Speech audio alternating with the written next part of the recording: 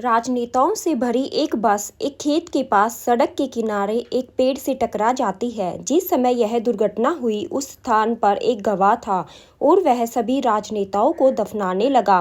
कुछ दिनों बाद एक शोधकर्ता आता है जिसने दुर्घटनाग्रस्त बस को देखा और गवाह से पूछा कि वाहन के अंदर मौजूद सभी राजनेताओं का क्या हुआ।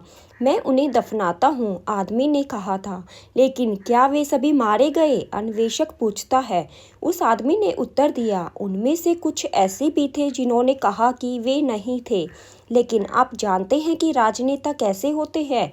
वे हमेशा झूठ बोलते हैं। एक राजनेता का एक्सीडेंट हो गया और उसकी मृत्यु हो गई। उसकी आत्मा स्वर्ग पहुंची और प्रवेश द्वार पर यम को पाया।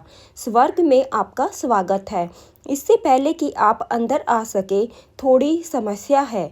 हमने यहाँ राजनेताओं को शायद ही कभी देखा हो, आप जानते हैं, इसीलिए हमें नहीं पता कि आपके साथ क्या करना है। मैं समझ गया, कोई बात नहीं, बस मुझे अंदर आने दो, राजनेता कहते हैं। हालांकि मैं आपको अंदर आने देना चाहता हूं, लेकिन जैसा कि ज्ञात है, मेरे पास उच्चतर आदेश है। हम निम्नलिखित कार्य करेंगे। आप एक दिन नरक में और एक दिन स्वर्ग में गुजारेंगे। फिर आप चुन सकते हैं कि अंततः काल कहाँ बिताना है। यह जरूरी नहीं है कि मैंने पहले ही फैसला कर लिया है। मैं स्वर्ग में रहना चाहता हूँ, राजनेता कहते हैं। क्षमा करें, लेकिन हमारे अपने नियम हैं। तो यम उसे लिफ्ट में ले जाता है और वह नीचे नर्क में आ जाता है। दरवाज़ा खुलता है और वह खुद को एक खूबसूरत गोल्फ कोर्स के बीच में देखता है। संक्षेप में वह क्लब जहाँ उनके सभी दोस्त और अन्य राजनेता थे जिनके साथ उन्होंने काम किया था, सभी बहुत खुश, उनका स्वागत किया गया, गले लगाया गया और फिर वे उस अच्छे समय के बारे में बात करने लगे जब वे लोगों की कीमत पर अमीर बन गए थे। उन्होंने गोल्फ खेला, आराम किया और फिर झींगा मछली और कैवियर खाया। वहाँ शैतान भी मौजूद था, एक बहुत ही मिलनसार लड़का जो सारा समय नाचने और चुटकुले सुनाने में बिताता था। उन्होंने इतना आनंद उठाया कि इससे पहले कि उन्हें एहसास हुआ कि जाने का समय हो गया है, ढेर सारे अनावश्यक आलिंगन और विदाई के शब्दों के बाद वह लिफ्ट में प्रवेश करता है। वह उठता है और द्वार फिर खुल जाता है। यम उसकी प्रतीक्षा कर रहा था। जब जन्नत की सैर का समय आ गया है, वह स्वर्ग में खुश आत्माओं के एक समूह के बीच 24 घंटे बिताता है जो एक बादल से दूसरे बादल तक वीणा बजाते हुए गाते हैं।